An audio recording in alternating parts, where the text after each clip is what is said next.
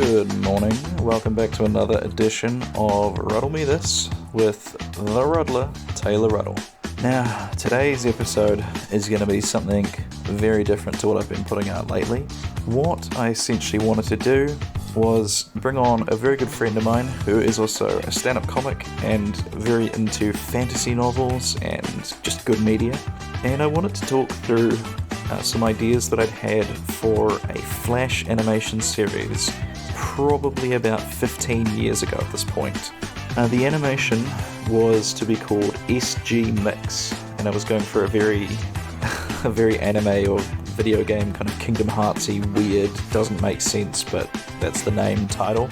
And it was an idea that I come up with when I was between 15 and 17. I can't really remember exactly when I worked on it. But what I had done is I'd created a bunch of sprites for the main characters. I had created a kind of general setting for the world. I had a rough idea of a plot line in my head. And I'd started animating episode 1 in Flash. But then something happened. My computer maybe crashed, or I lost some files maybe. It could have also possibly been when I moved from New Zealand to Japan and didn't have access to the PC anymore. For whatever reason, I stopped working on the animation, and the ideas never really left my head. It's something that I've pretty much accepted at this point I'm probably not going to have time to work on, given how much I'm focusing on my stand-up, my comedy writing, podcasting, making videos for YouTube and stuff like that. It's just not something that I can really justify spending the time on to myself now, given how, So what I thought I might do is kill two birds with one stone and just talk about the project with a very good friend of mine who's into the same kind of mediums as what we're talking about. And in the past, I've spoken to Hamish before, and he's given me really good questions that help me flesh out ideas, and so I thought he would be a great person to talk to about this and kind of just get it out of my head and onto the page.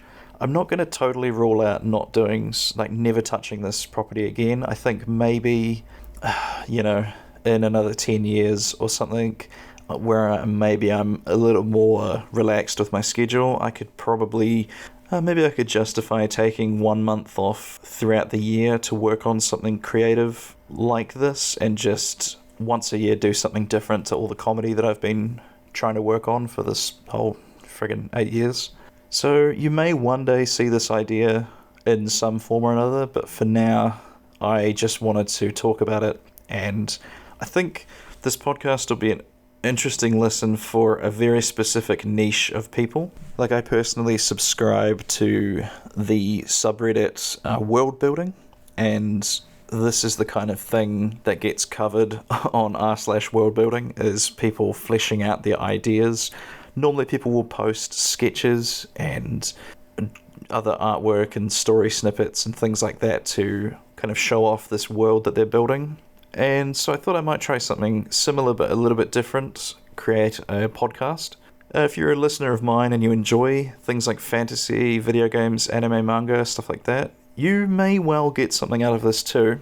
But this is a longie. This episode clocks in at about an hour and a half. I was planning on limiting it to 40 minutes, but at around 40 minutes, we just started to get into some really interesting topics, and I thought about splitting it into 2 parts, but I figured if somebody's going to listen to us talking about this for 40 minutes, they're probably going to listen to us talking about it for an hour and a half. So I've kind of left it alone. If you're just a fan of my comedy and you're not really into this sort of thing, I'm not going to begrudge you at all for skipping this episode.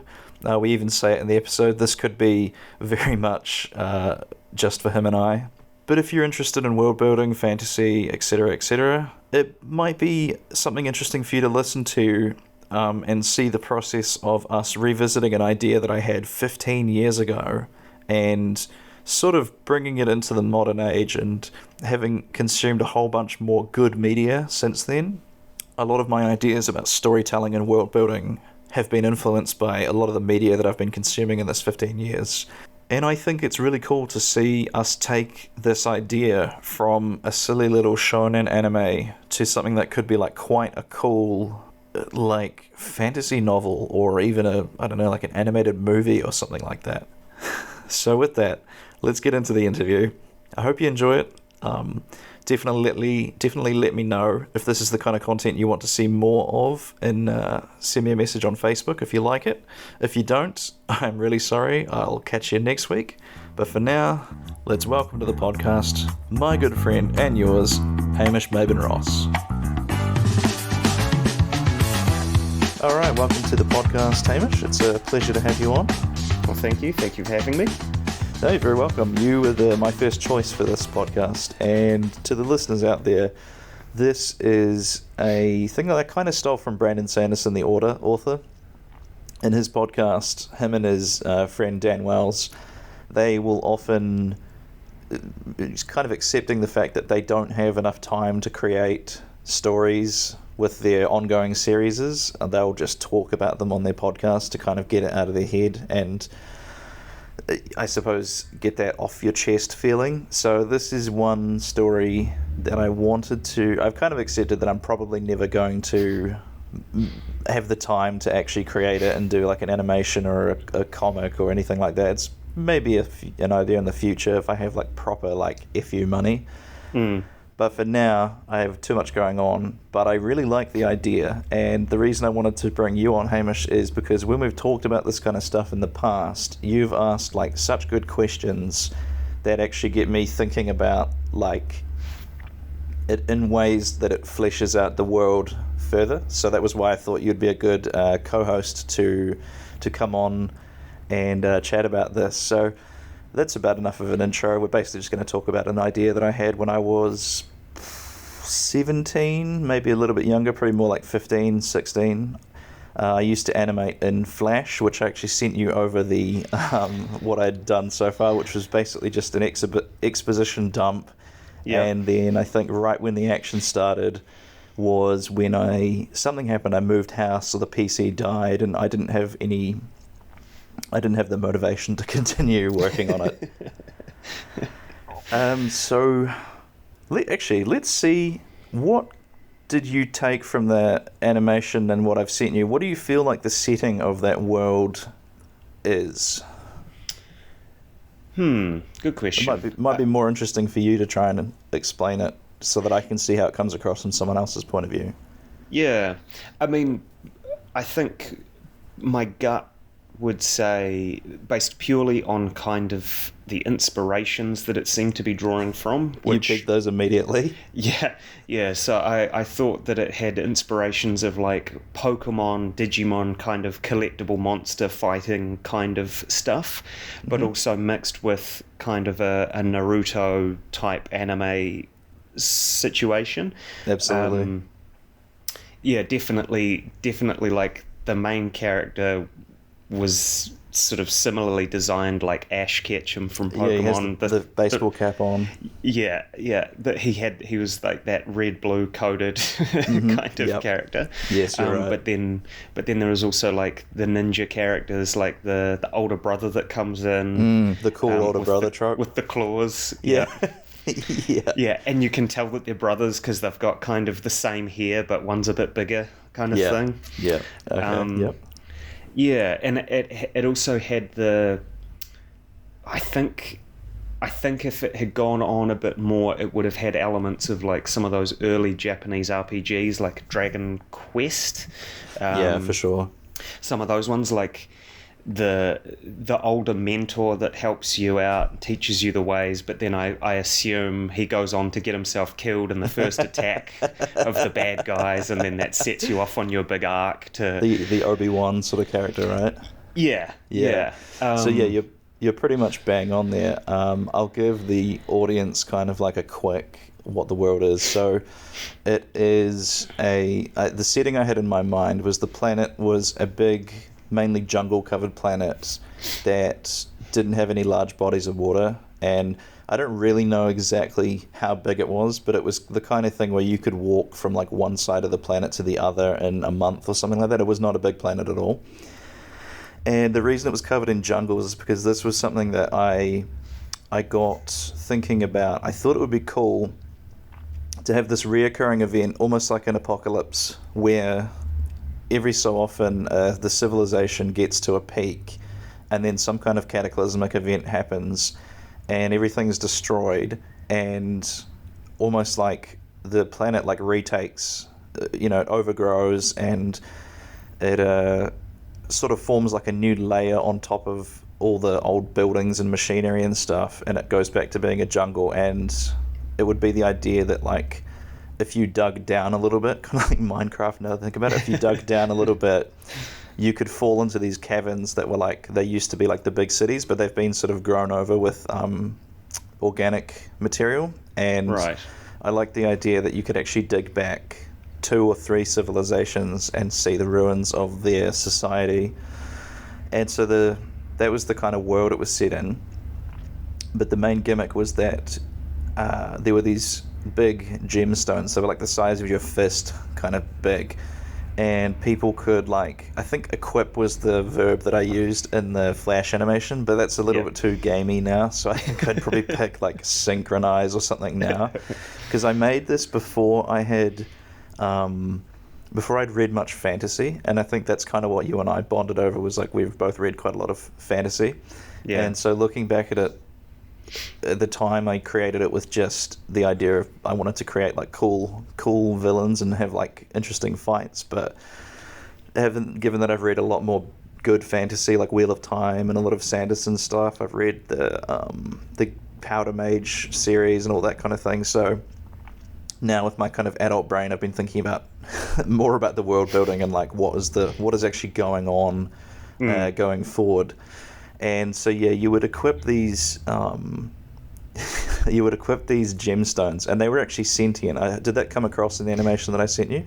Yes, it did. So there was a little bit where main character's friend spoke to his gemstone, and it responded to him and stuff. Yeah. And they did make a comment that the new gemstone he picked up was very moody. Quiet and didn't seem to talk much. So exactly. That did come across that they were sentient. Yeah, so the idea for that is once they equip with a gemstone, they can hear its voice inside their head, and I think I sort of stole it from Animorphs. Did you ever read those books when you were younger?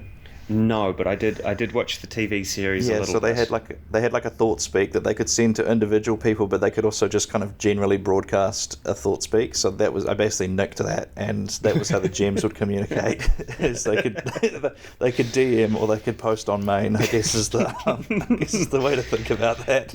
Yeah, they were doing the difference in like Diablo or those sorts of games where you can like global chat or just or whisper team to someone. Chat. Yeah, exactly. That was how the communication of the gems worked. And it was going to be revealed later on that the reason that they were sentient is because whenever this cataclysmic event happened, people would kind of go into hibernation to protect themselves, and they would actually turn into these gems and get lost in whatever layer their civilization happened in. So people would venture down into the previous layer, and they would collect these gems and bring them back up to the surface. And so these are actually like the residents of the planet who kind of passed away, I guess. They were still alive, right. And I wasn't really sure if I was going to have it that they could turn back into people or not. And where was I going with this? So yeah, once you equip a gem, you could use magic, and it was your pretty typical anime, fire, thunder, earth, all that sort of thing. And colour-coded as well, I hope. Yeah, like of course. Red for fire, blue for rubies water. for fire. yeah, exactly. Nice and easy to remember. Yeah. And so the idea was that you could only combine with one gem at a time. But of course, because the characters drew such attention to that in the dialogue, that means that someone is going to figure out how to do it to combine with 2 gems later on in the series.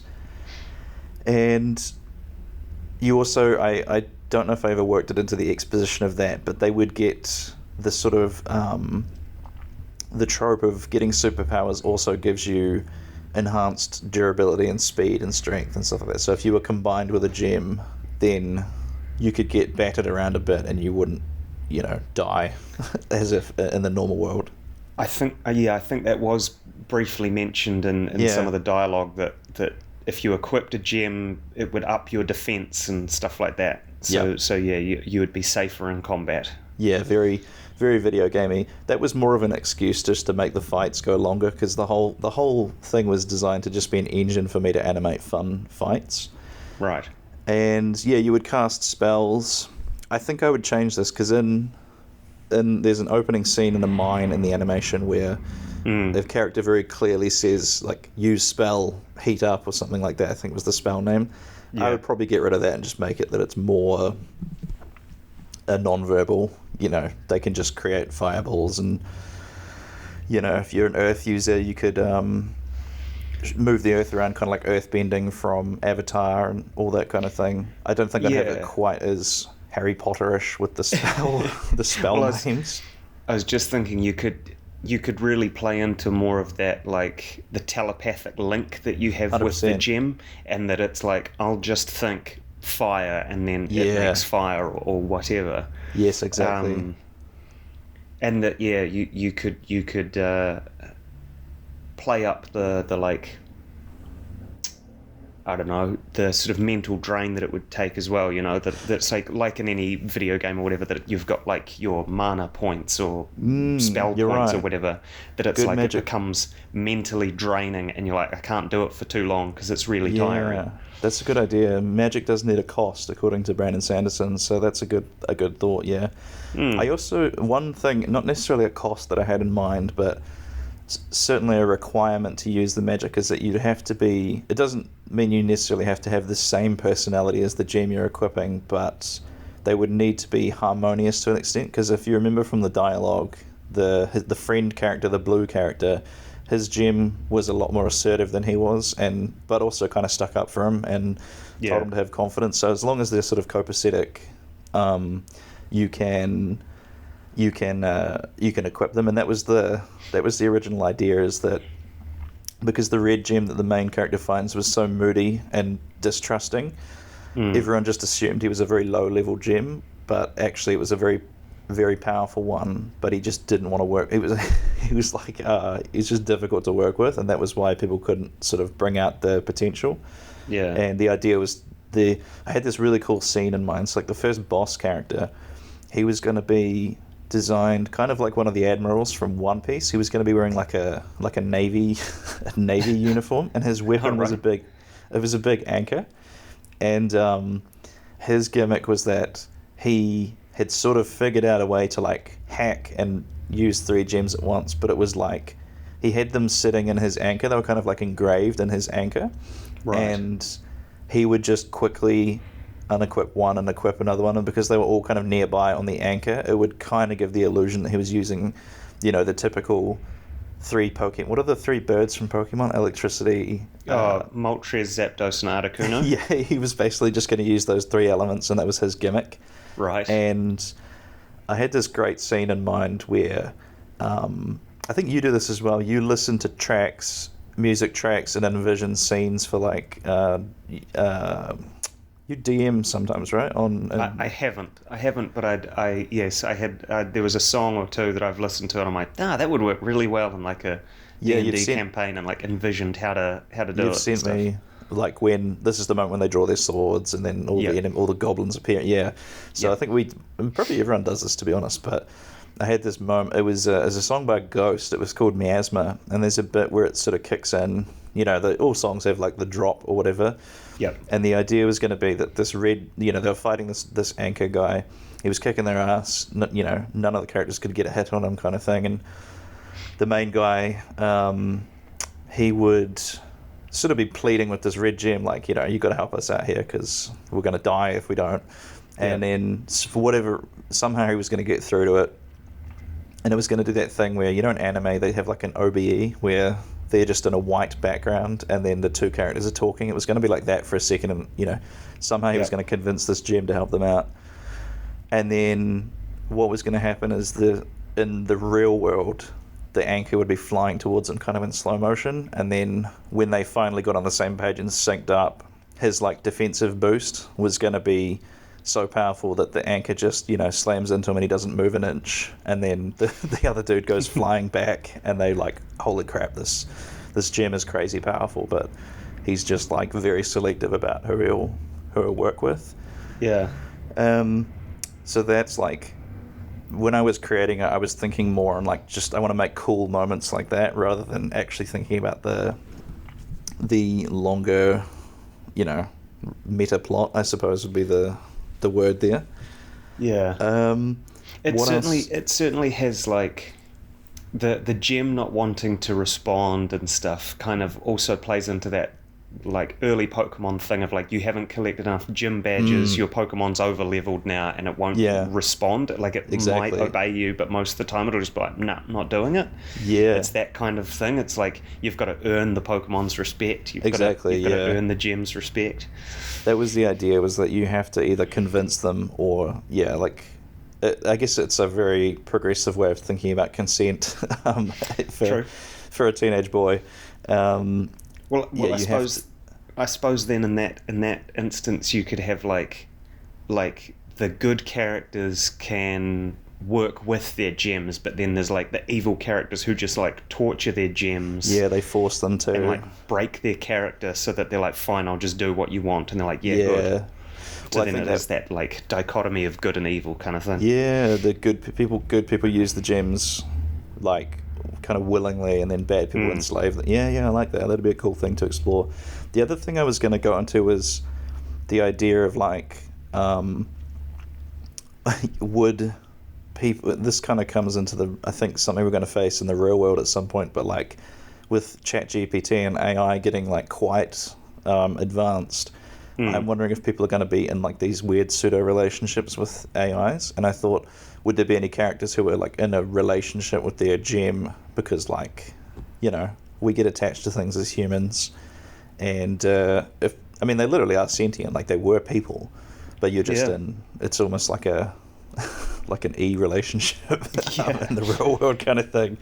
That was one thing I was gonna include something about that, and I think it was gonna be a thing where the characters around it were like, oh, that's despicable. Like, you shouldn't. Like, there's some people that just see them as tools rather than as people. Yeah. And Well, there's because I was just thinking there are I've seen people talking about these apps now that are like a chat GPT boyfriend or girlfriend, and I'm like, that makes sense. seems terrible, like It's a a slippery terrible slope, idea. eh? Yeah, because Yeah, people aren't they're not gonna learn real social skills from that. no, and you end up with like that Futurama episode where Fry has was it a robot Lucy Liu Oh yes, that he I has a remember relationship. Yeah, that. Yeah, exactly. So that was one thing I was going to play around with.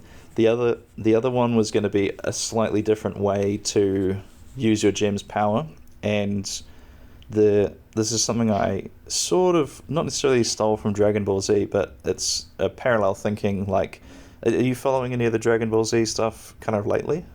no, like Dragon Ball Super and all of Yeah, that. yeah, all that. No, I Well, haven't watched for many a year.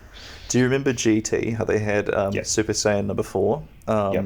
Something that's quite cool that they're doing now that I quite like is, as far as I know, Super Saiyan 4 is canon according to like the Word of God. Oh, okay. But also Super Saiyan Blue is the new one that they're focusing on, which is more about spirituality and the whole Zen state, like calm your mind, and then you can achieve anything sort of thing. And I think the idea that they're going for is that Super Saiyan 4 is kind of like when they embrace their beast nature, but then the Super Saiyan Blue is them kind of choosing to become an intellectual, and it's more about Right. the mind and the soul, that kind of thing. Huh. Which I think is cool because it doesn't totally invalidate the Super Saiyan 4 as it's not suddenly just irrelevant. Yeah.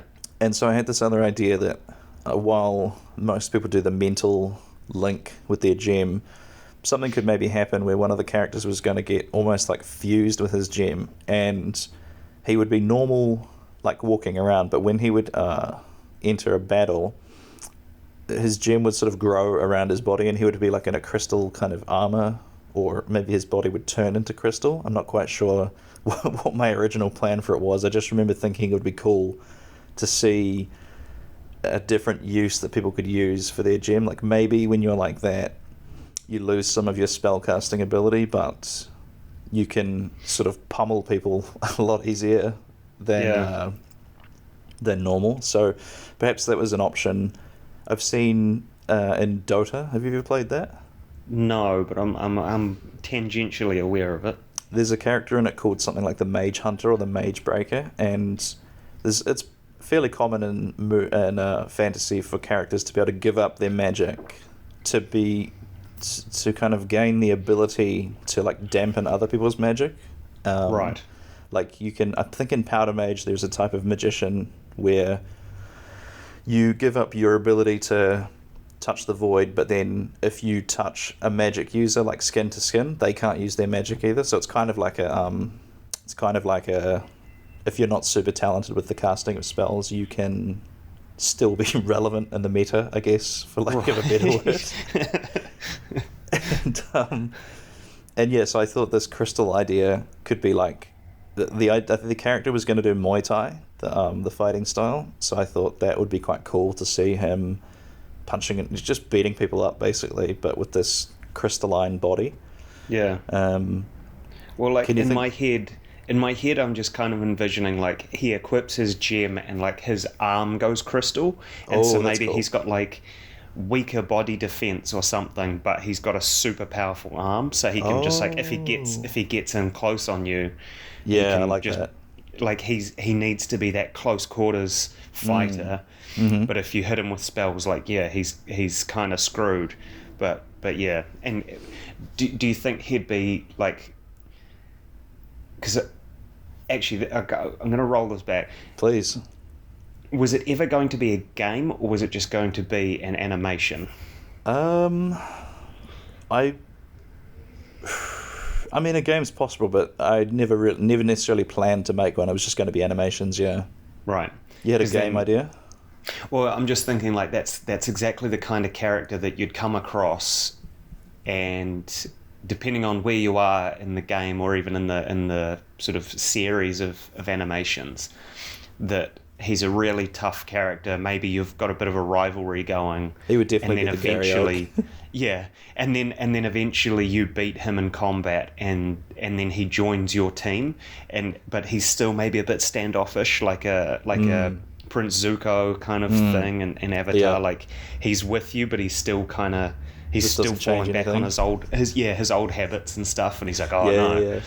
Yeah. The other thing I was thinking was, have you ever seen or read Hunter x Hunter or Hunter x Hunter? Yeah. Yeah. So like when they learn how to use, is it Nen? Nen. Yeah. Like when all of those abilities, and then they find out like they've got a kind of a predisposition and stuff. And yeah. That's their strength, and it's. Kurapika is like, oh, I'm going to go and do the one that's completely opposite me, but it's the best one that I need to use or whatever.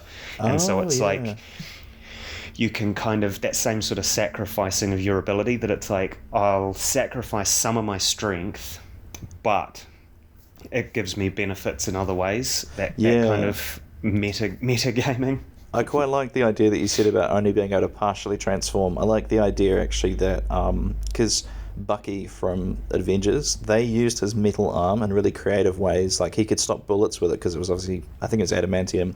Yeah.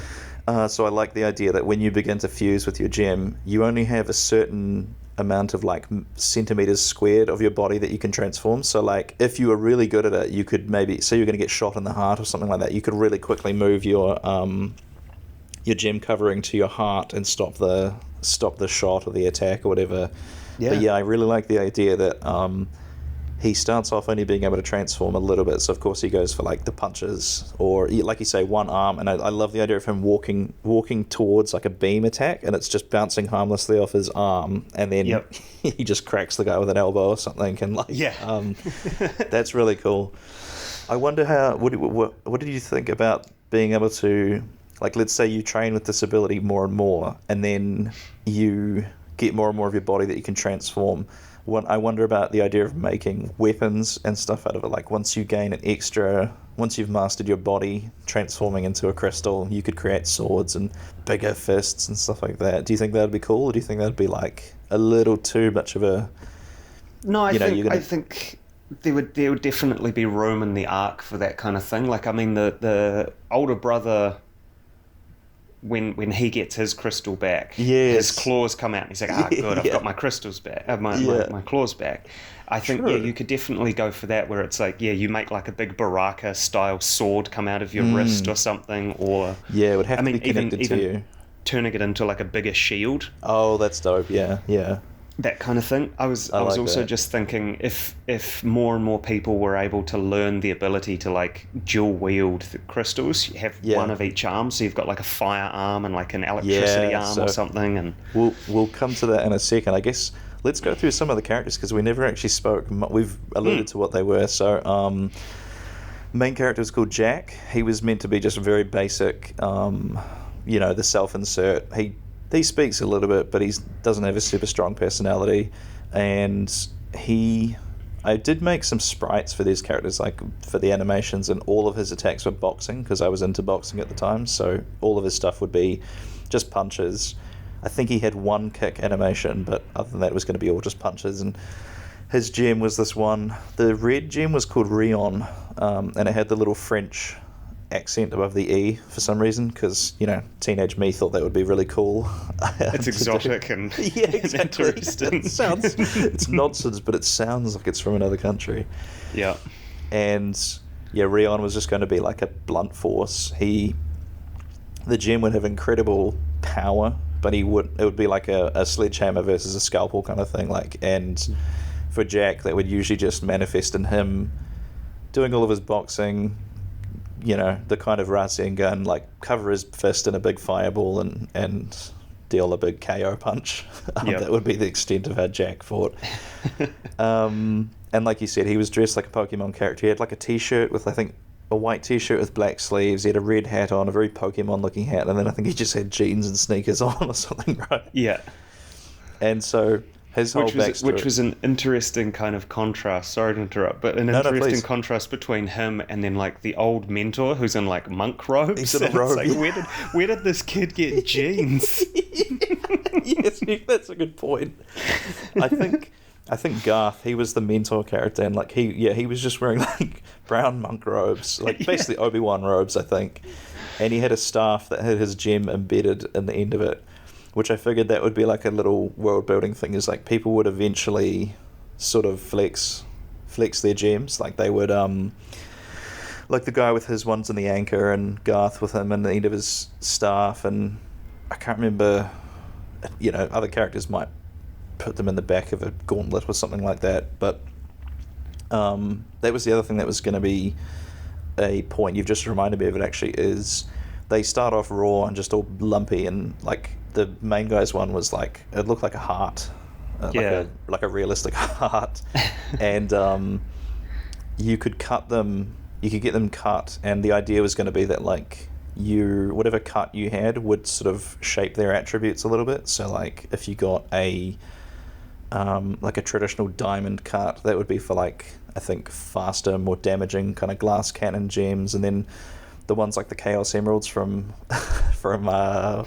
Sonic, that kind of eight emerald thing, that was going to be for like bulkier, defensy ones. And the one that gave the older brother his ice claws was a pure diamond, It looked like it was that kind of classic. If you made like a 4-sided diamond, and then it was that multiplied, so it was like an 8-sided sort of double pyramid-y kind of thing. Exactly, yeah, and that was the idea, was that it was like pointy and sharp because he was like a sort of glass cannon. And so the other character, Jack, he was, I don't remember what his was eventually going to be cut to. I think it was going to be one of those things that I cross that bridge when I come to it. Yeah. And so the other characters were, his buddy was called Christopher Snow, and they were like, I was doing the Naruto thing where there were clans, and right. they were the Snow clan, and like all of their stuff was ice related. His gem was called Chiba, I think, which I don't remember where I got, but I later learned it's a prefecture in Japan, so, again, foreign sounding, so why not? And all of his abilities were going to be like, all of his sprites, he had that kind of Tai Chi, like he would do like palm strikes, and like his sleeves very deliberately went past the end of his arms, so it was going to be very floppy and waggly, and he was going to do all that sort of soft style Chinese martial arts kind of stuff. And I can't remember what his gem was going to do. I think it would just be the typical, like, he puts a ball of ice around his limbs and hits them with it, or makes like snow and all that kind of thing. And then his older brother was the cool older brother trope. I guess like the Itachi from Naruto, or I'm trying to think of other characters, whatever Sakura's brother was in Cardcaptor Sakura. That kind of standoffish cool brother. Yeah. And they refer to him as something like Ice Claw Aaron. I think he was Aaron Snow, that was his name. And his ability was making claw, like it was basically Wolverine claws, wasn't it? He had three spikes of ice coming out of his knuckles, and he was going to be this sort of like Haku from Naruto. He would like be really fast and just shooting them with ice needles and cutting them with his claws and all that sort of thing. And those were pretty much the only characters we named apart from the mentor character. There was going to be another character. I did have a rough idea for a long-term plot, is that there was going to be this gem, and the mountain that was next to their little village, basically it's sort of Naruto. Everyone just lives in little villages in this jungly planet. There would probably be like a few big cities, but for the most part people were pretty like spread out. And the mountain near theirs, there was like a rumor that it had like a very powerful gem at the bottom of it. You had to kind of go up into the mines and then dig down to reach it. And the villains were going to be called the Purple Eye Gang, which I probably nicked from Pokemon. The psychic icon was a purple eye. Yeah. And they were looking for a gem that could let you control people's mind. Like it would be kind of a, not necessarily elemental, it would be like a special one. And typical evil. We want to control everyone, so we're going to make an army of puppets, or that was about as far as I got for the story for that. And I had this idea, like I wanted to make Jack, the main character, like he's not anything like the chosen one or anything like that. He was just, his dad got into some gambling debts and got like offed, or like he got disappeared by like the mafia. And he was raised by his uncle, but and his uncle was the one who taught him the boxing moves, and but the uncle was kind of he was just as bad, he like never around kind of thing. And so it was very much that orphan trope, because writing realistic parent characters is difficult, and why would anyone want to do that? I think that was about all the characters that I had thought of. I had like villain ideas and stuff, but those were the only ones that really appeared in the initial animation. You could go many places with all the characters.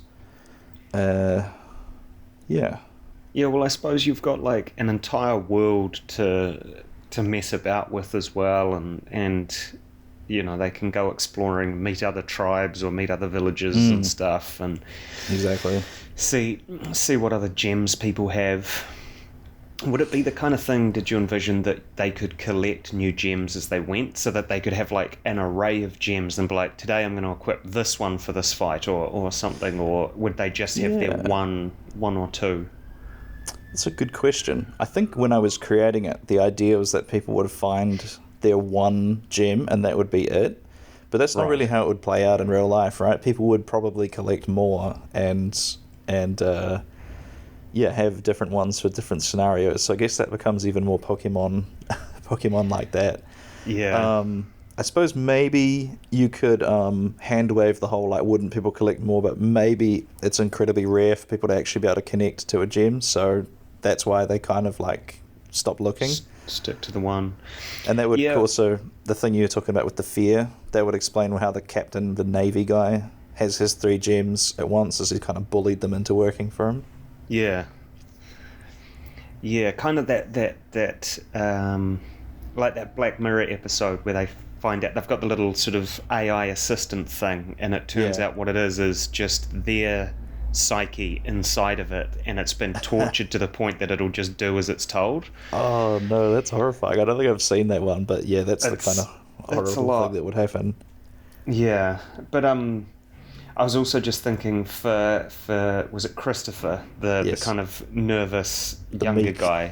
Yeah. That like, certainly in game form, early on, his powers would be like, that they would do this a lot in some of those games where you've got like snow powers. So it's Yeah. like they can't really like hurt people with it, but they can maybe like slow them down a little bit with snow, or Yeah. they could like make their accuracy worse because they've put up a snowstorm in front of them. And then Yeah. it's like as they get more powerful, then it's like then they could shoot ice. You know, it's like even harder snow kind of that kind I of like that. Yeah. Yeah, absolutely. vibe. The storyline I sort of had vaguely in mind was that the older brother was going to die.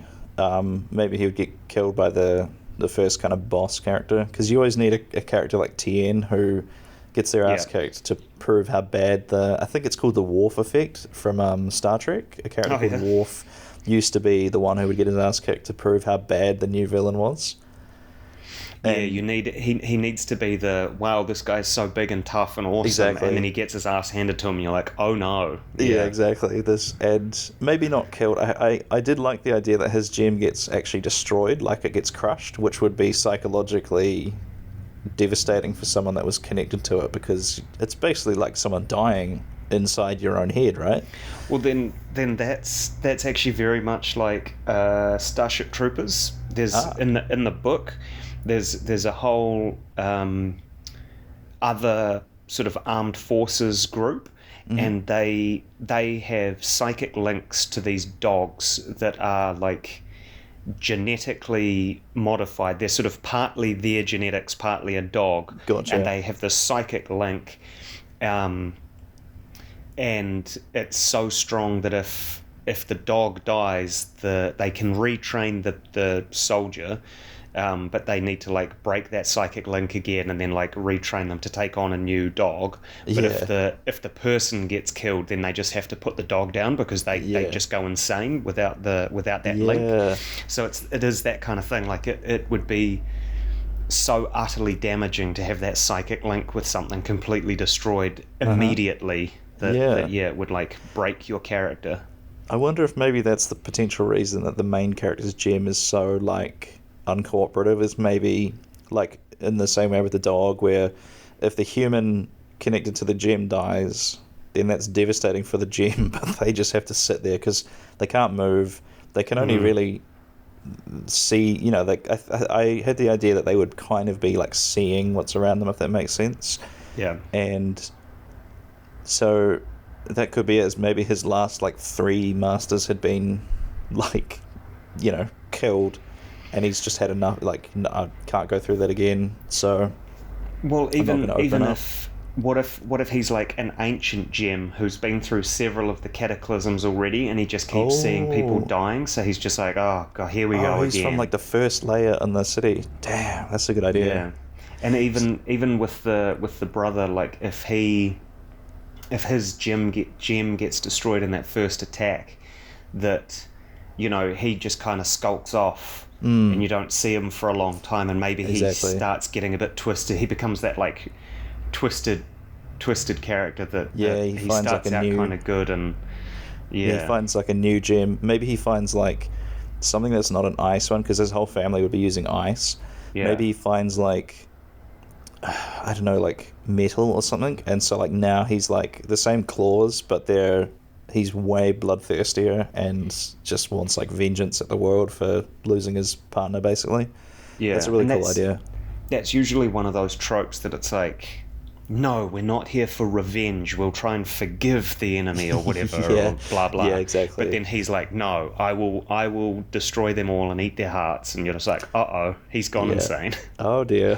The idea, you're talking about Christopher growing as a character, and I definitely had that in mind, that he was going to be forced to kind of step up because of his brother being like, you know, indisposed. I think I had killed, but I like the idea that he just kind of goes off and has to find himself or whatever. But it was this interesting idea that, do you remember Zoids, the cartoon, the anime? Sorry. Yes. Big fighting animal robots. Yeah. It was kind of the Power Rangers animals, but just the big the big robot animals, basically. Yeah, exactly. And there was a character in Zoid's New Century, I think the series was called, who he was a pilot and he was really meek. And then what would happen is he would, when in like life or death kind of situations, he would black out and he would wake up again, and his hairstyle would be different, and he would be like this ultra confident, like super talented pilot. And He would, save the day, and then he would black out again, and he'd wake up and he'd just be like his normal self again. And his arc was that like they were both aspects of his personality, but he had to try and make them. He kind of had to meet in the middle where he was like half and half. Yeah. And I liked the idea that the same thing would happen with Chris. Is like when he was in a pinch, he would just think to himself like, what would Aaron do? And then he would almost be doing like an impression. Like, you remember how Cloud at the start of 7 was kind of doing an impression of Zach, and that was how. And so like it'd be the same thing where he would randomly have these bits where he was like uber confident and like would do like ingenious things in fights, but then he would it would almost be like if he became self-aware that he was doing it, he would lose all his confidence again and then sort of like revert back to his meek personality. And then so I thought, his arc would be him, he's got to become like a middle ground of like where he's that guy all the time. And then, you could, if his brother goes bad, that could be his final test. It would be to see if he could beat who, he would have that kind of God complex where he would think, oh, it's impossible, I can never beat my brother. And then, that would be his kind of last boss, would be to overcome his brother. Yeah. It's like Chris is almost that Krillin type, that it's like he's a pretty competent fighter and everything, but he's just too in his own head because he's constantly hanging around these like actual god beings. Yes, exactly. And so occasionally he's like steps up to be like, I'll do it, and then he gets his ass handed to him, or he becomes aware of that or gets distracted, and he's like, what are you doing? And then gets like punched, and you're like, oh, there he goes, that's the end of him. I like that. Like, he would have that kind of as you say, self-awareness, and as soon as that hits, he's like, oh no. and then it's the almost mystique, like the mystique Roadrunner. No, what is he? The coyote, when he runs across the air and then he realizes he's doing it, that's when he falls. That's the idea with Christopher Snow, is he would pull off this like badass combo where he would clear a bunch of guys down, and then someone would be like, man, where did that come from, Chris? And then he would realize like, wait a second, that's not me. And then he would get, like you say, hit with a big haymaker or something, and then go down. The 2 gems thing. So I sent you another picture, which was that it was an example of kind of how I viewed one of these underground caverns, and I imagine for the YouTube version we'll have that as the backing image for this podcast. Right. This was an idea that I had when I was talking about trying to create moments. This would be like, it'd be like when you go down to the previous layer, it was pretty rare to find gems, but like it happened enough that people could find them. But there was going to be this one city that was just absolutely like full of these sentient gems. It was almost like it was very unique. It was like one, maybe it would have been the capital of the previous civilization or something, and hence when they all went into like hibernation, there was a lot of them there. And so Jack was going to the season 2 storyline, if I ever got that far. I didn't even do one episode. I was always playing for season 2. Rion was going to get captured or taken away from him or something. So he was going to have to try and find another gem to help him rescue his partner. And he was going to stumble onto this city that they were going to refer to it as the Trove, because it was like full of treasure and gems and everything. And he was going to come down there, and he was going to hear, it was going to be like a cacophony of like all the voices, because it's like, a really populated city that had all been turned into gems. And so it's like quite disturbing to actually stumble upon it. But the idea was, main character has willpower, he puts a case out, he pleads, he needs a new partner to help him rescue his old partner. And then it was all going to go silent. And there was like one single voice that was going to come back to him, which was going to be like the king of the previous one. He was like, this gem would see himself as the protector of the Trove. They didn't call it the Trove, but, whatever this city was. And so they were going to have a bit of communication, and the king was going to be like, if you can find me out of like the whole city, then I'll come with you and help you rescue your partner. And the king was going to be a lightning gem, and he was going to be pre-cut, and he was going to be like insanely powerful.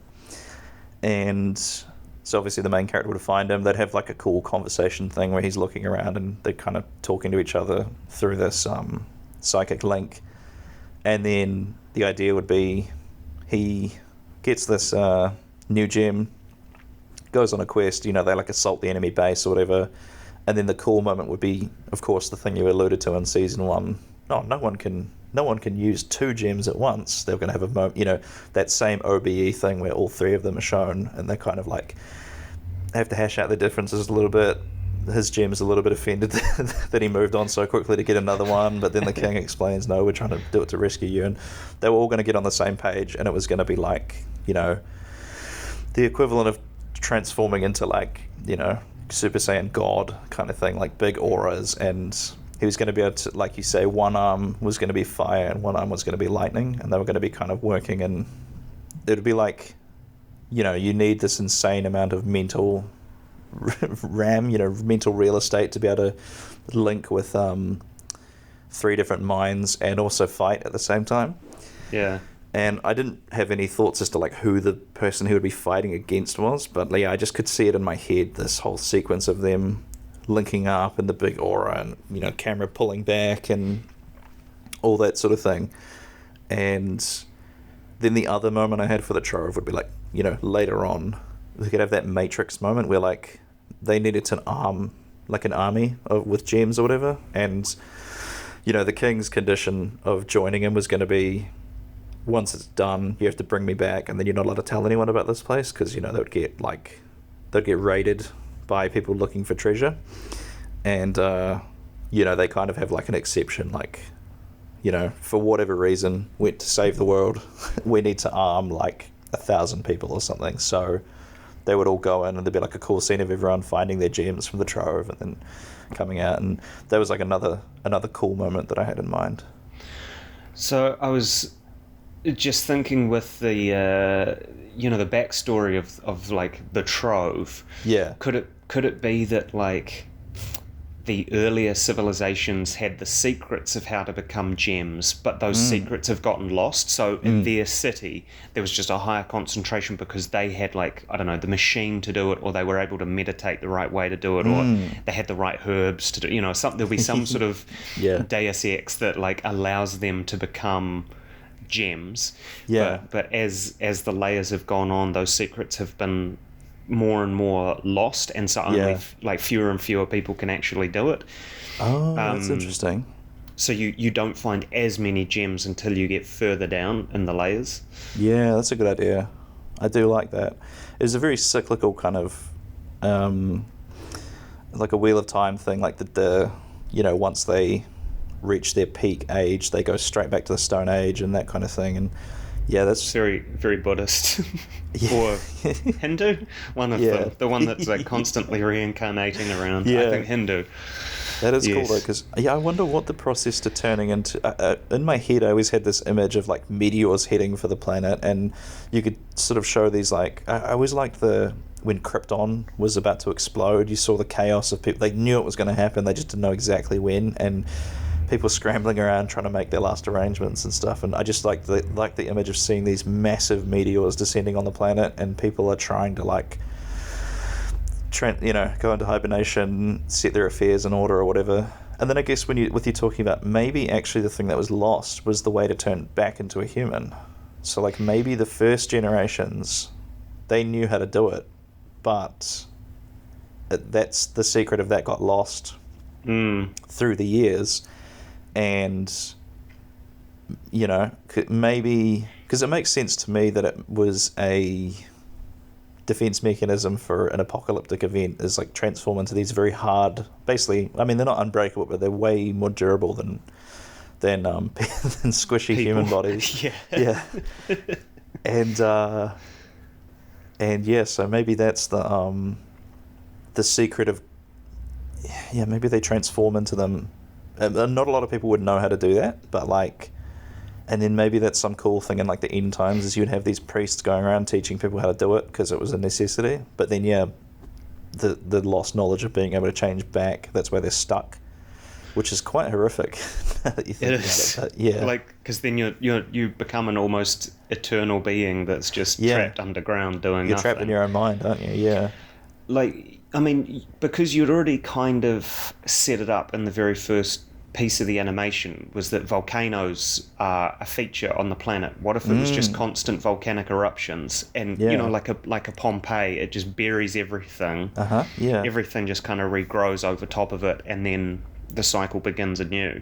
Would and that so work you've got, in terms of sciencey? That's what happened. True, yeah. You've got Magic people gemstone. turning into crystals, Yes, so okay, sorry, let's not get apologise. into science. It has to be believable. Yeah, I need this I to like be that. both grounded in science, but also a fantasy. Exactly. Yeah. Well, that's cool. Yeah, No, I like that. Yeah. because then, like, yeah, that would be your reason for becoming a gem, is like, oh, we can survive the lava now because we're gems, and then it's like, Oh, yeah. then I we like just that. need the people to, maybe there was like a certain race of people, or like an occupation, Yeah. like these priests you were saying, like maybe they go off world briefly, Oh. and then they come back, dig people back up, and resurrect them as gems. But at some point, something went wrong, Yeah. and they just got destroyed, or they, because they were using like an old spaceship, and it was just getting older and older. They didn't know that something was broken, and so they tried to Yeah. lift off, and it didn't, and then they just got destroyed, or it blew up, or Oh, yeah. That's those deep, man. those sorts of things. And it's like, maybe the king mentions it, and he's like, they were meant to come back for us, Oh, that's deep, man. I like that. Yeah. Yeah, they've been waiting for them to come back. Fuck, that's great. Yeah, I like that a lot.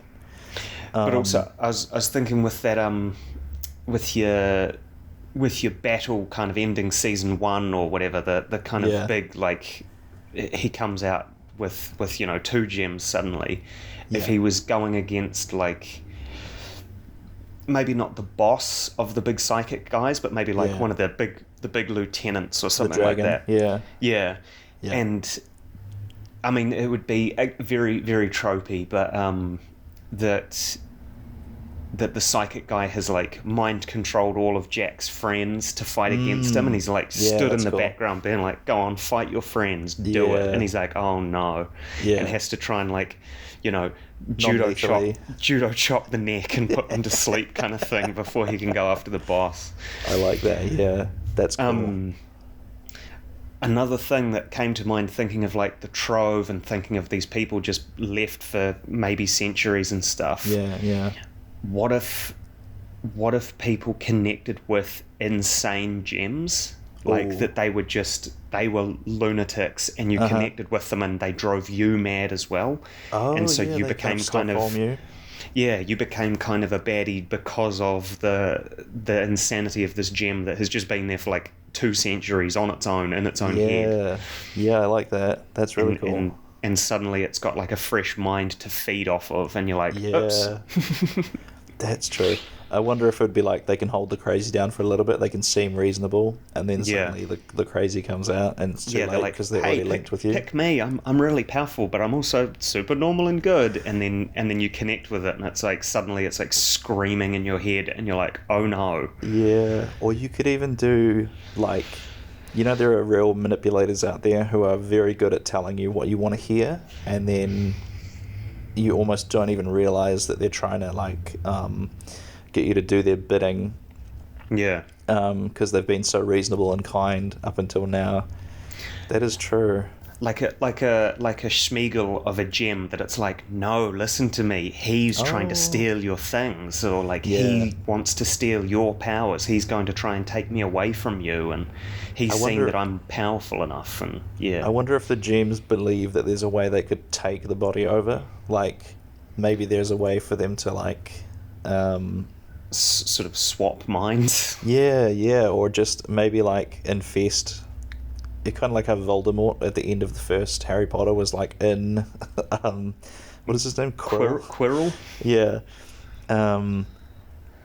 That's a really interesting plot, because that could be quite a good villain, is this gem that like got out of the gem and into a person, and then I don't know, maybe they could like temporarily possess people or something, and you could kind of do it where through some, like he wants to infest another person, so he has the previous host like slip the gemstone into their bag or whatever, and they don't even realize it, and then next thing he like takes them over, and then it'd be kind of you could almost do like quite a cool like a crime thriller where it's like a cop in this big city trying to track down this murderer or whatever who can like jump between bodies. It's quite a cool storytelling. Yeah, well, I mean that's possibility. another thing. Yeah, what if your gem was just a murderer and it was like, hey, you should go kill people, and you're like, oh, okay, sure, and like it just convinced you that being a serial killer was like the right move. Yeah, and it just like took you over in that way just so that it could keep being bloodthirsty and stuff. Like it could quite feasibly convince people that shattering gems was actually setting them free because they've been trapped for so long, and even though it's killing them, it's I could definitely see someone getting convinced that like, no, they're suffering, we've got to put them out of our misery, and so he's going around trying to shatter as many gems as he can. I also see like a kind of a trope you could do with someone who's being taken over, that like maybe one of their eyes changes color, or like, oh yeah, that's cool, changes in some way, so you're like, oh no, like they're marked, you need to find people who are marked in some way by like their crystal, and it's like maybe it's really obvious, like it's like, on their face it's like cracking, kind of like a Mass Effect when you start going evil, it's like cracking, and it's kind of crystally inside, but maybe there's people that they find that they're like perfectly reasonable, perfectly normal, and then it's like actually the cracking is like on their stomach, and no one can see it. That's really cool. Yeah, it's almost like the Thing when they're looking for looking for a sign that it's infested them. That is really cool. Yeah, it's almost like that kintsugi, the Japanese, when they repair stuff with the gold. How that you can see. Yes, that's a really cool idea to go through too. Because it's like the way that I feel like also if you had gems like this, you'd probably get someone who was insane enough to like embed it in themselves or something, like 100%. Try and become one with it, and sort of like cut themselves open and put the gem in the wound or something, absolutely, to try and take on more of the power or something like that. They like are afraid of having it taken away from them, so they think if I just like absorb it or consume it, then it you can't, because maybe that could be quite a cool ability to explore the future, as somebody whose attacks could like destabilize the link between the crystal and the person, like in Naruto and Chinese martial arts movies and stuff, if you hit them in the right points, the chi circulatory system, then you can like disable their chi circulation. So like maybe there's certain characters where if you hit them in the solar plexus with a really particular move, the link gets like snuffed out for a few seconds, and they have to scramble over to their gem and pick it up again, and hold on to it until the gem comes back online. Yeah. Or like I was, with like embedding it in yourself, it'd be kind of like the Admiral guy embedding it in his anchor. Yeah, exactly. It's like you're taking that principle of, well, I can make 3 of them work for me by like physically restraining them in something. And then it's like, the next step is just, what if I put them in me? Yeah. And just like, maybe there's a character who's got them like insert, like he's got a gem in each arm and in each leg or something, and like each element does like a move from that. You could have some really unhinged character who, like, there's this book series I read called what is it called, the I can't remember what the series is called now, the White Prism, maybe the Black Prism. I'm really blanking on the name right now, but the book, it's involved that they turn light that comes through their eyes into physical matter, like, and each color has a different kind of physical state. Like blue is kind of like chalky and granite, and it can be very sharp and very brittle, but it like can shatter. Whereas red is like a gooey, waxy sort of substance it's incredibly flammable. So like that's their red mage. They can throw it and then light it. And green was kind of wood. It was flexible and you could stab people with it, but it was very spry and that kind of thing. And then what happened was characters, as they would cast this magic, color would gather in their eyes. And the what's the colored part of your eye? That's the iris, isn't it? Yes. So yeah, you'd build up flecks of this color in your iris, and then once it was like fully full, if you kept using the magic, it would break, and then your eyes would be this like shattered kind of color of whatever color you like you like overdosed on, Oh, and okay. then you would go. They call that going color white, and like WIGHT, a white, and Oh, yep. so then these people would start to believe that their flesh was inferior to this. What was the magic was called something like. It wasn't Prism. I really need to read the book again because it's been years since I've read it, but they would start to try and replace their flesh with whatever element, with whatever magic they create. So they would sort of like, replace their elbows with blades and just replace bits of their skin with it. And they would, it was kind of going mad sort of thing. Yeah. So you could have a character in this who's really unhinged, who's trying to recreate, he's trying to replace every part of his body with gemstones, and he's just this big massive gemstones sort of stitched into his skin or something, or however, I don't know, I wouldn't want to get too much into body horror. I was thinking more of like shown in anime than like seen in anime, I guess, but maybe some way of like magically welding them to his body or something.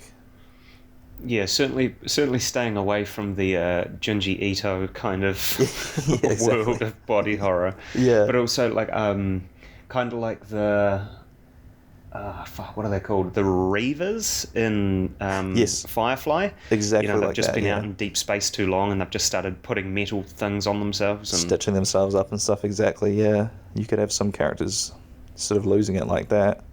Yeah. Well, even like the main character at the end of Diablo 1, who's like, I've defeated Diablo, I'll take his soul gem and I'll stab it in my forehead because that's surely the only way to like That makes I sense. can control his evil spirit. And it's like, Yeah. narrator, no, he couldn't. It's that kind of thing of like, yeah, maybe I'll just like stick them in myself, True. or yeah. like, yeah, Because that would open the door for some pretty cool designs. You could have a character who has 3 gems, like kind of wings sticking out of his shoulders, and yeah, that's quite cool actually. Mm. And then I guess And- maybe the character who could turn his body or coat his body into it is sort of like the good guy version of that. It's more like harmonious with the gem. You're not actually stabbing yourself with it. Yeah, and maybe it's like they find a village like that had been decimated at some point, and the remaining, like, I don't know, your usual, like, they've come in, they've killed all the parents of the village and left the children, and the children have like seen their parents' bodies, and the crystals have just been left behind, and they don't know how to make them work. Oh, and so they yeah. just like think that the way to do it is to like put them on themselves or in themselves or something, and that's really eventually cool. finding that works. And Yeah, that works, but not quite as anticipated. yeah.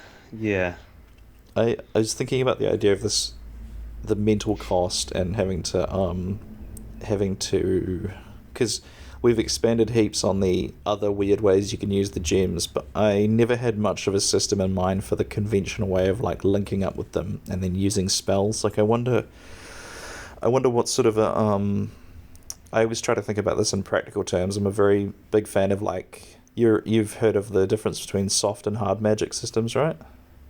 Possibly. Generally, but it's for the listener, just for the listener, why don't you give them a rundown? Hard magic is like, all of the rules, and you know how it works, and you know the cost, and you know kind of what it can do. And it's a way, Brandon Sanderson sort of came up with this term, and it's a way of being able to create satisfying problems for the reader, because the reader is aware of all the tools that the characters have at their disposal and kind of what they can do with it. So the reader kind of either figures out the puzzle before the book, or as the puzzle is being revealed, as the characters figure it out, the reader feels really satisfied because it's not being pulled out of nowhere. They could have figured that out themselves in time. Whereas a like even Harry Potter's magic system is a pretty hard magic system, because there are some rules. All the spells have a function. They have a word that you have to say, and you pretty much know what all the spells are going to do. You need a wand to cast a spell, that sort of thing. Whereas someone like Gandalf, he would be a soft magic system where you don't really know what he's capable of, and the idea of a soft magic system is more to create a sense of wonder than to psychologically satisfyingly solve problems. Like when Gandalf fights the Balrog, he makes a force field, he shoots a lightning bolt out of... Well, this is in the movie anyways, I don't know what the books are like. He shoots a lightning bolt out of his sword. He can randomly create light at the end of his stick. Like, we don't really know what Gandalf can do, but it's whenever he does something, we're kind of like, oh, that's really amazing. So, like, that's the kind of the difference. That's a very quick overview of the difference between hard and soft magic. Right. And I tend to think about it in, like, terms of hard magic, because I need to visualize what the characters would be actually doing or thinking when they're using magic in order to write it. Otherwise, to me, it's like, well...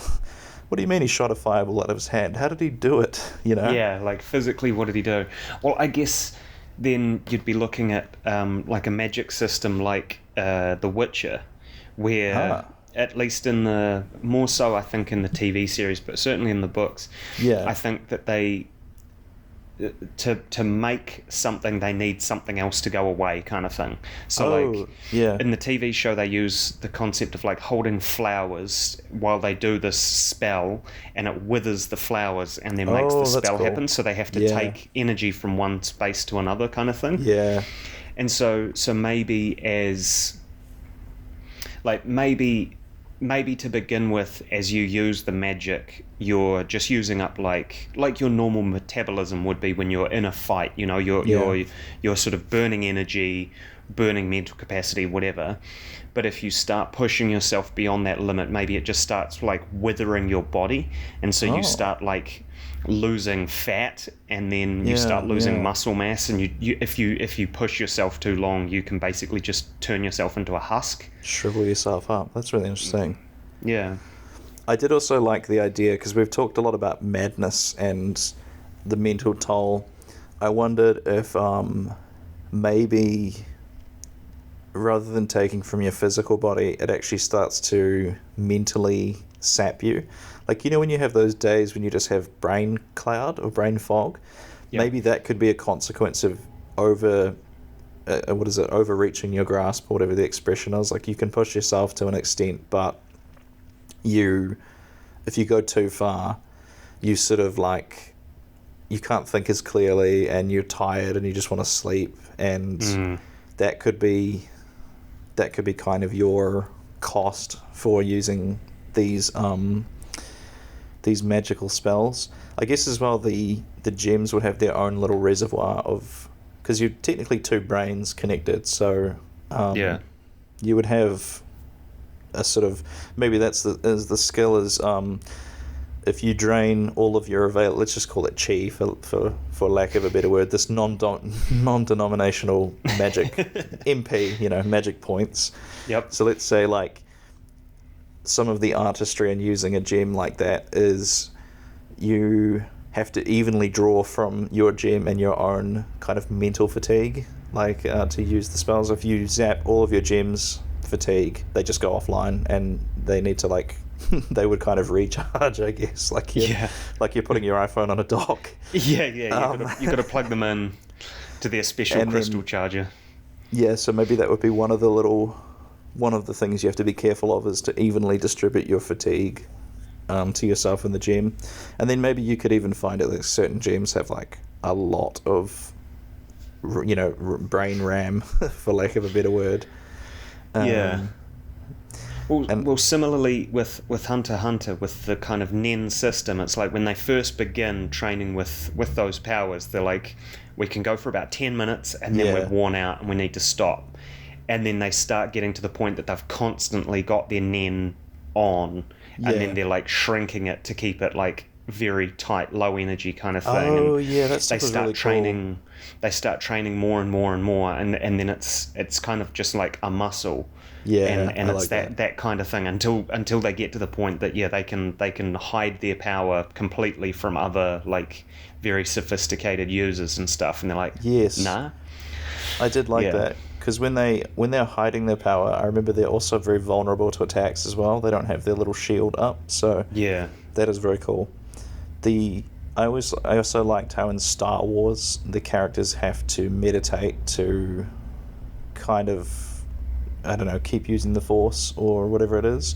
So I like the idea that maybe the characters in this need to meditate to sort of clear their head, and like you say, it's like a muscle. The more they meditate, the more vast their kind of intellectual fatigue gets, and then they don't get as cloudy as quickly.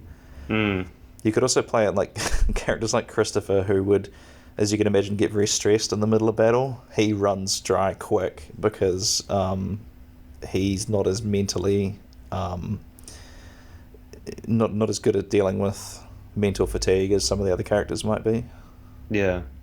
Yeah, he doesn't have quite the same mental fortitude, perhaps. Yeah, exactly. And I did start thinking about as well, like, I wonder if... Did you ever play Crash Bandicoot 3? No. So the last boss in that game... You've played some of the Crash Bandicoot games? Yeah, bits and pieces, mainly watching other people play them, but yeah, you would know those the masks that float around and sort of like... Is it Ooga Booga? He's called Aku Aku and Uga Uga, I think they're called. But he says Ooga Booga when he jumps out of the... right. When he jumps out of the box. But in Crash Bandicoot 3, there is a really cool boss fight where you're fighting the villain, in Cortex, I think his name is, and while you are fighting, the two masks are fighting each other as well, and you know those old school bosses would have like 3 hit points, and like each hit point you had to kind of learn a pattern and then strike them when they were vulnerable. Yeah. So like with each phase of the fight, what the masks were doing was different. So in the first phase of the fight, they were shooting a beam out of their face, I guess, and it was in the center of the arena, and you had to jump over the beam, otherwise you would get turned into ash. Second round, they would pick a corner and they would like spin around, and then there'd be like an explosion, and obviously you had to avoid that as well. And then now that I think about it, I can't remember what the third round was. I think one of the rounds was they were just in like a tornado, and they were kind of circling the battlefield, and you had to, you know, if you got touched by it, you would die. And so I wondered if there was maybe a way that the gems could actually attack each other, either mentally or using spells directed at each other. Right. I wonder if you had any thoughts on that. Yeah. I mean, I suppose you could. You could, if they were sort of powerful enough, or maybe if in their previous life the gems were actually rivals or something, and they're like, oh cool. My god, it's you. It's you. That's like, brilliant. Or just like, oh my god, like, that's my brother. He was an evil guy back in our day or whatever. And that's interesting. And then they sort of go off and fight one another, and maybe that's where if you've got 2 gems each or something, that it's like that's fine because 2 of them can split off, and you're like, oh damn, now we're both kind of at a disadvantage because we're not as powerful as we used to. Yeah, and then they just have to go like 1v1. Yeah, I did like the idea that you had you had like a tether, like the gems could float around and stuff when they were connected to you. So they were sort of autonomous to an extent, but they couldn't go too far from you. They would kind of have to be like within your orbit sort of thing. So I do like the mental image of like, you know, the main character fighting the villain, they're fist fighting, but then also their gems are like sort of in an aura and they're smashing into each other around them as well. I thought that would be quite a cool visual. So like maybe that could be an option for certain people who maybe aren't as strong physically, but they're really good at like taking out the other person's gem, so that kind of leaves them powerless. Oh, like if their gem is like particularly antagonistic, that it just it like goes out of its way to like take them away. I've just been thinking about it now. Like this was all presented in the kind of very small scale, like one-on-one fights, but you can imagine if there was like, you know, a gang fight and there's like 5-on-5. You know, you would all have a different specialist. You might have the guy whose role is to try and disable the other team's gems. You would have, you know, a crystal guy who would sort of be the tank, for lack of a better word. He would stand up front and take the brunt of the attacks. For some reason with that tanking, that gem ability, I had the thought in my mind that like it's almost like like a magic mirror, like spells bounce off the crystalline part of your body. That was like one idea that I had. It might be a little bit too strong, but like, yeah, I did like the idea. Definitely, like if a fireball's coming, you know, it hits and just kind of Yeah. dissipates off his arm kind of thing. Exactly. That kind of thing. That's what I was thinking, yeah. But yeah, the whole team fight thing changes it significantly. Yeah, and you're right. You would have, everyone would have their own special ability. That it's like you've got a lightning guy, a water guy, and a fire guy, and an earth guy or something. Yeah, exactly. And then the earth guy tries to sort of knock them off their feet and disrupt them however he can. The glass cannons would be running about trying to just deal DPS, to borrow another thing from World of Warcraft. But yeah, I do like the idea that there's like an anti-gem specialist who's like pretty weak physically, but like maybe his gem's ability is to make him camouflaged, and so he can kind of creep around and fire off shots aimed at the other gems to try and knock him out or sever the connection, etc. Or maybe, like he's kind of psychic and like just gets inside the head of the gems and makes them think of their old life or something, or puts them back so that they think they're really back in their old life, and it's like no, you're just in your head, and they're just and then the person's there like, Gem, wake up, wake up, what are you doing? That's really smart. I like that. Yeah, no, there's definitely a lot of room to play with those concepts, because and it's like, I think a lot of what we've talked about, you could put it in either game format context or just pure animation. Yeah. If I had more time and like not tendonitis in my hands, it would be something fun to do as like a, maybe like 1 month out of the year, I sort of take, scale down the gigs and the podcasts and just do something creative like that. I think that'd be cool. So like, I'm not going to necessarily close the door to it, but I knew you'd drag all these other ideas out of the concept, which you've done spectacularly. Like, there's such a wealth of ideas. It is also really interesting to come back to an idea that you had when you were younger and not as exposed to good media. Like, I hadn't watched a bunch. I hadn't read any novels back when I was coming up with this. My extent of like what media I was kind of consuming was just all the basic kind of anime and then flash animations and a few video games. So it is cool to see how your mind really does expand with reading and consuming other media.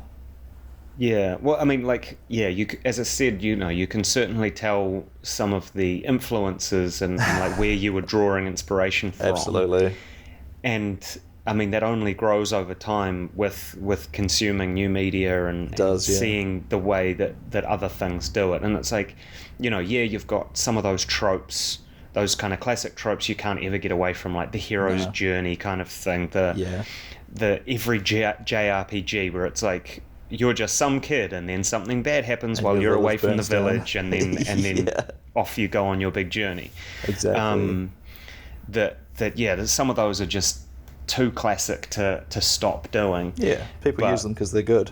Yeah, and they're easily identifiable. You know that's what's coming, or you don't have to have that much exposition to understand it. It's like, these are the bad guys, these are the good guys. Oh, cool, and then you're straight away you're into it. Yeah. Absolutely. Because like you want to focus on, I guess, world building and the kind of unique concepts within your thing, rather than having to explain absolutely everything. That it's like, this is the good guy, his parents died when he was young, and then it's like, no one needs that. The way manga does it, where a character gets introduced and it just has a big exposition panel of like text over it, and you're like, okay, cool. You're like, great, I'm up to speed. You could have worked that in. Yeah. Cheers. Yeah, I'm glad we got that out of the way quickly. Let's crack on with the rest of it. Yeah, exactly. I suppose, get that out of the way as soon as you can. That was one thing even just watching the animation that I sent you, is like, I hadn't really learnt show don't tell at that point. I think I probably thought I was being clever by having the characters say the plot. Oh, of course you're aware that we can we can connect with gems in this world, right? Like, Yeah. I'm just giving you a review, like. Or that classic, like, well, I mean, Pokemon is the one that springs to mind the quickest, but when Garth was like, okay, now, tell me about the gems. And it's like, exactly. that we connect to them and they can do spells and stuff. And it's like, right, okay, that classic tutorial, like, you're trying to leave your house and your mum's like, now, do you understand Pokedex? And you're like, yes, mum, because this is like the 19th game that I've played. And she's like, oh, isn't it great that you just press the start button and it's like, Yeah. But yeah, like, exactly definitely. what it was like. And definitely avoiding those tropes of, like, they're sitting around the campfire and they're like, man, it was really sad when your mum and dad died that one time. It's like you can't bring that up. Leave a bit of mystery. Actually, I think Christopher and his brother do refer to each other as brother to each other's face. Oh, what a hack I am. I mean, yeah, there was certainly a couple of, like, I think the very first scene with the two miners. Yeah. There was one thing I was like, you just needed to color code one of the guys slightly differently, like give him a different colored hat, and that's like, he's the boss. Yes, that would have been a classic because it was just the same sprite. I should have given him a mustache and everybody else without a mustache to signify his seniority over them. Exactly, just those little visual elements, because it's like, I looked and they had different names. It was like Miner and Foreman, I can't remember what the other guy, Foreman, yeah. But it's like, if you just had like, he's got a blue hat, but everyone else in the scene has a yellow hat. It's this guy's different. I did laugh that I used the word mate in a sentence with one of them, which was like Kiwi ass. Bloody hell. These gems. Struth. Stone the flaming crows. That was one thing I did, is I know Garth utters the phrase by the stones, which I think was my in-universe, bloody hell or whatever. Yeah. Because every fantasy series has got to have its own curse words. You can't just say, oh my god, or something like that if there are several gods in your universe. Yeah, or you do that classic, like, by the seven, or any kind of reference to the... Yeah. It's just by the insert... Whatever the deity... Quantity and something of deity. I don't know what the stones refers to. Maybe I had some idea that, like, there was, a few original gemstones in the centre of the earth, maybe, or, the smallest layer of the planet. Well, what if deeper down there are stones that have more than one personality within them? Oh, that's interesting. Yeah. So it's like maybe multiple people fused together, and they're even stronger, because maybe it ties back into the idea that harmony and whatnot is strength in numbers kind of thing. Yeah. That it's like the more harmonious, like, yes, the more gems you have, the stronger you can be, but also like if you get a gem that is maybe 2 or 3 people fused together, that it's even them working in unison. That's not a bad idea as well, because then you can also have a curve in how difficult it is, because even though it's like one gemstone, you still have to kind of be on the same page as all the personalities within it. Yeah. And maybe you get to, like, you end up with like white gemstones, where it's like you start mixing all the colors together and they just become like pure light or something, so they're like super rare and diamonds or something, right? How they split colors. The other one that I just thought of now is maybe 2 gemstones accidentally get crashed together and they're like this mutated kind of half emerald, half ruby, and like you say, the Smeagol and the Golem, like maybe it's only one personality is allowed to be in charge at once, but they are often fighting for control about who's the in charge one. And then you could do some cool shit where you have, like, say there's like a green one and a red one, all of their abilities are like making big trees come out of the ground, but the trees are on fire, and they have like a genuine mix of the two. You could always do like a ruby and a sapphire together would be like steam powers or something. True. Yeah. See, I don't know why, but my brain was like green poison, It's always that trope of green is poison. Yeah. So you'd be shooting like flaming poison balls that like burn and poison you. But yeah. I think it would depend on the shade of green. Like, oh yeah, you could have like a sickly green that is poison, but then you could have like a deep forest green, which could be trees and nature and all that sort of thing. Shoot flaming birds at people. Yeah, exactly. The idea was a bit like, if you've ever read Bleach, how each character has a sword that has like its own kind of powers. That was kind of the idea, that there would be a lot of generic ones, but there would be some ones that like there was some really specific powers in Bleach. Like there was one sword, I remember, if she stabbed somebody twice in the same spot with it, they die instantly. So like, you could have some weird, very creative powers just based on these, like, like the mind control one. They would sort of be like unique abilities. Maybe that's what the king should have been in the end, is rather than just generic lightning stone. Maybe the king should have had some ability. But yeah, no, I never got that far. Yeah, like, I mean, there's certainly, but based on how long was it? About 2 minutes, 3 minutes of animation. There's certainly places that it can go, and yeah, absolutely. It's there's obviously, like, from where it was, depending on how long you're envisioning an episode would be. It's like there's a lot of story that can come from it, and you could even have it as one of those stories that you don't ever have any idea of what the kind of arc is. That it's just kind of happening as you figure it out to some extent. You're maybe a couple of steps ahead, but for the most part, like, yeah, not really, like, sure.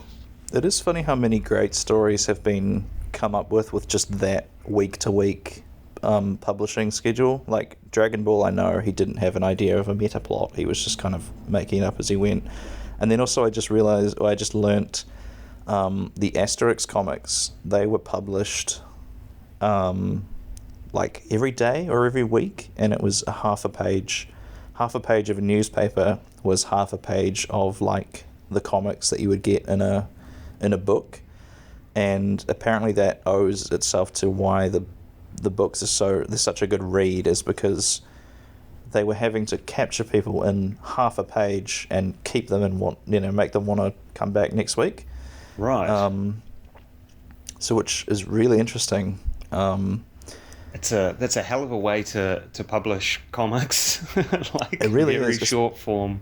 Especially with, the stories would continue, but they would only show you half a page worth every day, I suppose. I don't know how often they were published. I never found that out. But yeah, like, it is an interesting idea to keep to it's almost like limitations breeding creativity by forcing yourself to make it readable in these smaller sections. By the time you stack them all together and you have those books, you've already got people reading it as small as half a page, so it is just great. Of course it's going to be good because there's just more of it, and you don't have to wait until the next week to see the next thing. I don't know. It's kind of interesting, I thought. Yeah, it's an interesting kind of way to do it. Yeah, no kidding. But yeah, you're right. It would be, because each half page is very engaging. It means that you put it all together and it's all very engaging. It's like because super it's constantly constantly stuff happening. It's not a lot of filler and there's a lot of exposition, and they repeat themselves a lot because obviously it's like they weren't going to assume that everyone has read every single Asterix comic. But I mean, it definitely seemed to work for them. Yeah. Well, I think that's gone a lot longer than I expected it to, but it's been a very enjoying thing. I think I was thinking initially we'd keep it to about 40 minutes, but we just started to get into some really interesting stuff around that point, so I thought, screw it, let's just see how long it goes for and see how long it's interesting for. So to any listeners out there, if you've made it through to this far, you've done really well. I think this podcast might be a little bit more for us than it is for the listener. But damn it, I'm going to upload it I'm going to upload it anyways. And I honestly think there's probably people on Reddit who love world building and that kind of idea hashing out. And I've never really seen a podcast before where people do like a live a live session of sort of expanding on very basic rough ideas from 10 years ago. Yeah. So people might enjoy it. Storyboarding, like a live kind of peek behind the curtain. So we'll wrap it up there. I really appreciate you coming on. I've had a lot of fun chatting to you, Hamish. Yes, you too. Thank you. Did you have any plugs you want to get in before we send you home? No, not really. As Taylor mentioned at the beginning, I do some stand-up comedy, but I haven't for a wee while. I've just recently moved from Dunedin to Auckland to become a student after about 10 years. So bit of a big life change, but yeah. That's if very you know cool, any if you know any deaf people, let them know that maybe in a couple of years I'll be available as an interpreter for them, because that's what I'm studying. But other than that, nothing really to plug. I think we're definitely going to have to do a gig where we're kind of on the stage at the same time, and we'll do, I'll do some of my bits, you interpret them, and then we could do some bits together that kind of play around with the fact that I don't really know what you're interpreting, and I think it'd be a brilliant show. And then I think so. How often does that sort of thing come along? It's pretty rare. All right, so thanks for joining us. I hope you have a wonderful rest of the week. What are we today? Wednesday? Mm-hmm. Yep. All right. Hope the rest of your week goes delightfully. We'll catch you next time. Ooh, if you made it this long, you must really be into fantasy. I really don't need to talk anymore over the end of this episode. I appreciate you listening. I appreciate you sticking it out this far. I hope that was of some interest or some value to you. Thank you so much for listening. Only a short, small plug to get in before I send you on your merry way. 29th of June, we have date night comedy at 5 Stags Rangiora. Just go to www.candocomedy.com/ticks to check out the event listing and see if that's the kind of thing that tickles you. Would love to see you there. If not, hope you have a wonderful rest of the week, and I will catch you next time. Ruddler out.